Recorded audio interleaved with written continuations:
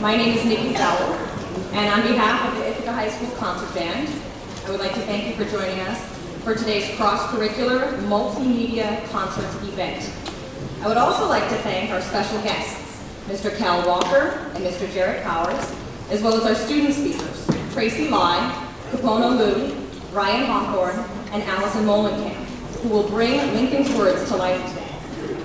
Our deepest gratitude goes to Mr. Armin Herrick, who has created a stunning visual accompaniment to today's Lincoln's poetic speeches and Aaron Copeland's masterful music.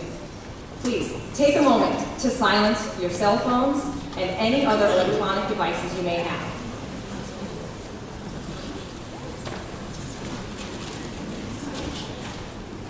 Thanks. And please enjoy our presentation of Lincoln's Legacy.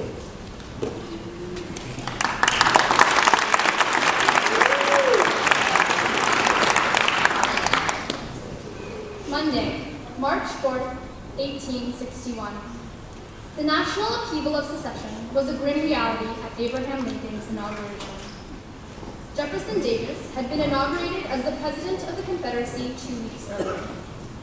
The former Illinois congressman had arrived in Washington by a secret route to avoid danger, and his movements were guarded by General Winfield Scott's soldiers.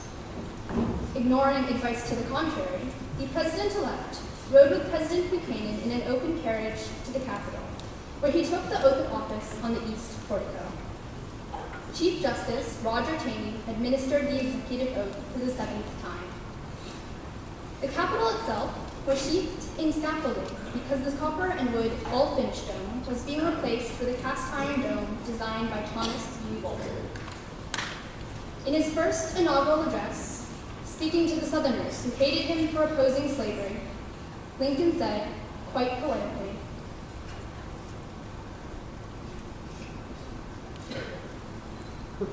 I am loath to close. We are not enemies, but friends. We must not be enemies. Though passion may have strained, it must not break our bonds of affection. The mystic cords of memory stretching from every battlefield and patriot grave to every living heart and heartstone all over this broad land will yet swell the chorus of the Union, when again touched as surely they will be by the better angels of our nature.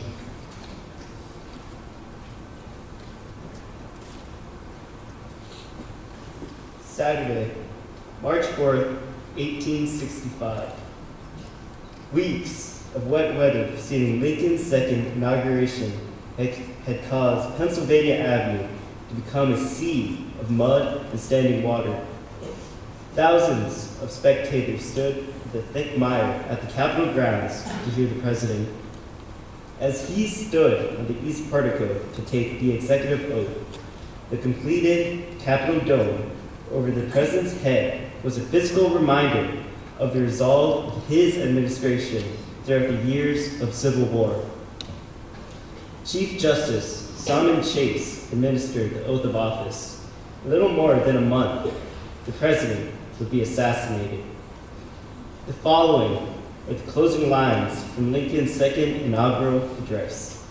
These words would also be read 2 months later to the day at his funeral.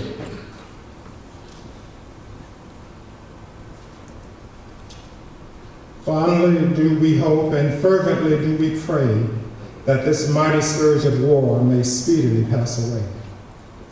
Yet if God wills that it continue, until all the wealth plowed by the bondsman's 250 years of unrequited toil shall be sunk, and every drop of blood drawn with the lash shall be paid by another drawn with the sword.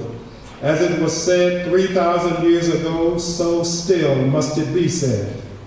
The judgments of the Lord are true and righteous altogether, with malice toward none, with charity for all, with firmness in the right, as God gives us to see the light. Let us strive on to finish the work we are in, to bind up the nation's wounds, to care for him who shall have borne in the battle, and for his widow, and his orphan, to do all which may achieve and cherish a just and lasting peace among ourselves and with all nations.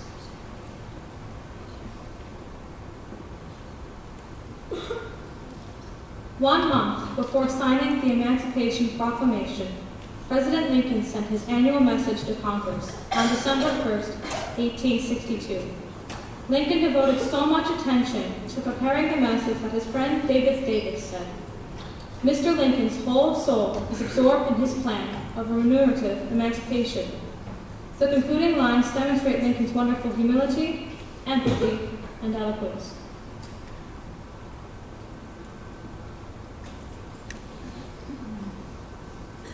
I do not forget the gravity which should characterize a paper addressed to the Congress of the nation by the Chief Magistrate of the nation. Nor do I forget that some of you are my seniors, nor that many of you have more experience than I in the conduct of public affairs. Yet I trust that in view of the great responsibility resting upon me, you will perceive no want of respect yourselves in any undue earnestness I may seem to display. Fellow citizens, we cannot escape history. We of this Congress and this administration will be remembered in spite of ourselves. No personal significance or insignificance can spare one or another of us. The fiery trial through which we pass will light us down in honor or dishonor to the latest generation. We say we are for the Union. The world will not forget that we say this. We know how to save the Union. The world knows we do know how to save it. Even we here, hold the power and bear the responsibility. In giving freedom to the slave, we assure freedom to the free, honorable alike in what we give and what we preserve. We shall nobly save or meanly lose the last best hope of earth. Other means may succeed.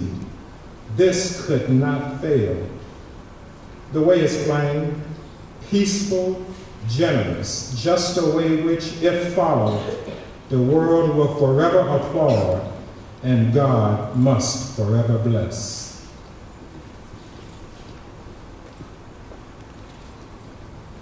The words of the Gettysburg Address are familiar to almost every student in America. It is the most quoted speech in American history. The speech was delivered as part of a ceremony dedicating the Gettysburg battlefield as Soldiers' National Cemetery to honor the Americans who died there. The decisive Battle of Gettysburg, which turned the tide of the war against the South, lasted from July 1st to July 3rd, 1863, and cost over 8,000 American lives on both sides. An additional 26,000 men were wounded. Lincoln was not the primary speaker at the dedication. That honor went to Edward Everett, a popular politician from Massachusetts. Everett spoke for 2 hours, and his speech was well received in the press. However, Everett himself praised President Lincoln's speech, saying, "I wish that I could flatter myself that I had come as near to the central idea of the occasion in 2 hours as you did in 2 minutes." Only 2 minutes long, the speech captures the essence of America and its principles as put forth in the Declaration of Independence. Delivered on November 19, 1863, as a part of a dedication ceremony, the speech transformed the U.S. Civil War from a conflict about slavery to a conflict about being true to the principles upon which the United States was founded. Lincoln's powerful words are carved into the wall of his memorial, where they are still read daily by thousands of visitors. The Gettysburg Address is a prose speech that reads like poetry of a high order.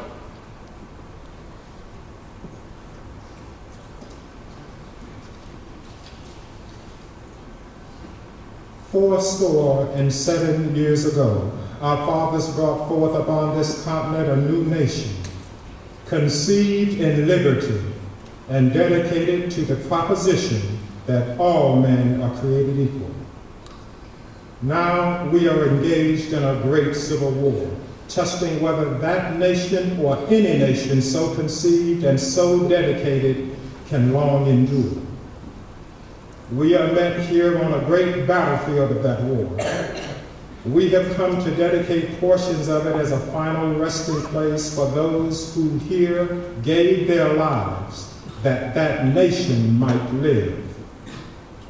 It is altogether fitting and proper that we should do this. But in a larger sense, we cannot dedicate. We cannot consecrate. We cannot hallow this ground. The brave men, living and dead, who struggled here have consecrated it far above our poor power to add or detract. The world will little note nor long remember what we say here, but it can never forget what they did here. It is for us, the living, rather to be dedicated here to the unfinished work which they have thus far so nobly carried on. It is rather for us to be here dedicated to the great task remaining before us, that from these honored dead we take increased devotion to that cause for which they here gave the last full measure of devotion. That we here highly resolve that these dead that this nation shall have a new birth of freedom, and that this government of the people, by the people, for the people, shall not perish from the earth.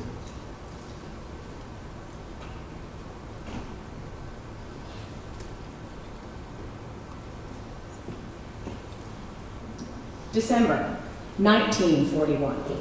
Just days after the news of the attack on Pearl Harbor had circulated throughout the country, the conductor Andrei Kostelanetz wrote to 3 American composers with a commission to write musical works memorializing prominent Americans. Walt Whitman, Mark Twain, Henry Ford, George Washington, and even Babe Ruth were all suggested as possibilities. Ultimately, Abraham Lincoln was chosen by composer Aaron Copland as someone who dominated the historical imagination of the public.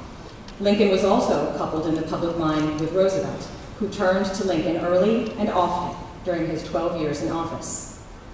Once the United States had entered World War II, Lincoln became a touchstone of authority for the administration as it worked to clarify the aims of the war effort, justify the mobilization, prepare the public for a protracted struggle, and console a nation in mourning. As a potent symbol in wide circulation, Lincoln was a fitting subject for Copland's musical portrait, which he began to write in February of 1942. In the piece, Lincoln Portrait, Copland captures 2 sides of Lincoln: the solemn wartime president and the humble rail splitter from the backwoods. After each melody is presented separately, the 2 will be brought together in counterpoint, offering a complete musical portrait of Lincoln as man and president. Surrounded by Copland's musical text, Lincoln's own words sound both human and divine, pragmatic and idealistic.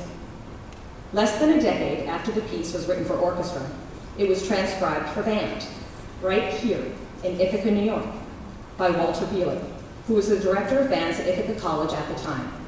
The piece has been narrated by many notable figures, and we are delighted to have our principal, Mr. Jarrett Powers, with us here today. Please enjoy.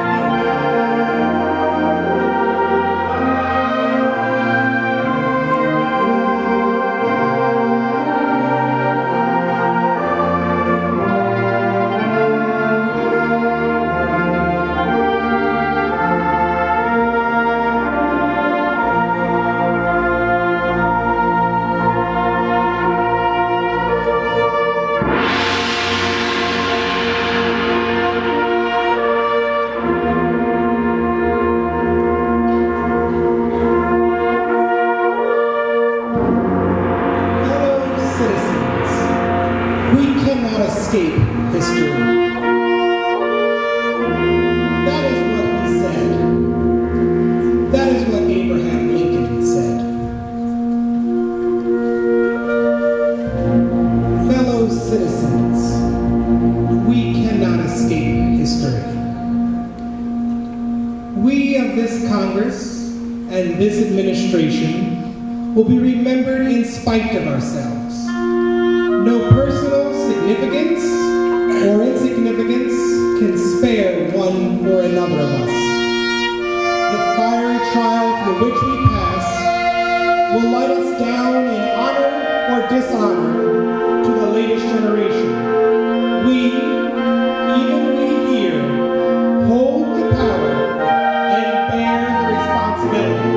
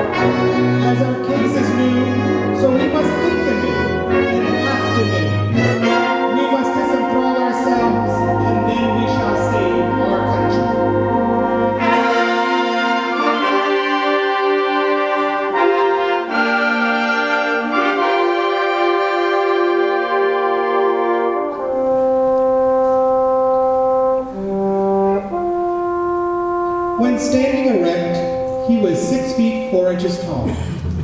And this is what he said. He said, "It is the eternal struggle between two principles, right and wrong, throughout the world. It is the same spirit that says, you toil and work and earn bread, and I'll eat it no matter what shape it comes. Whether from the mouth of a king who seeks to bestride the people of his own nation and live by the fruit of their labor, or from one race of men as an apology for enslaving another race, it is the same tyrannical principle."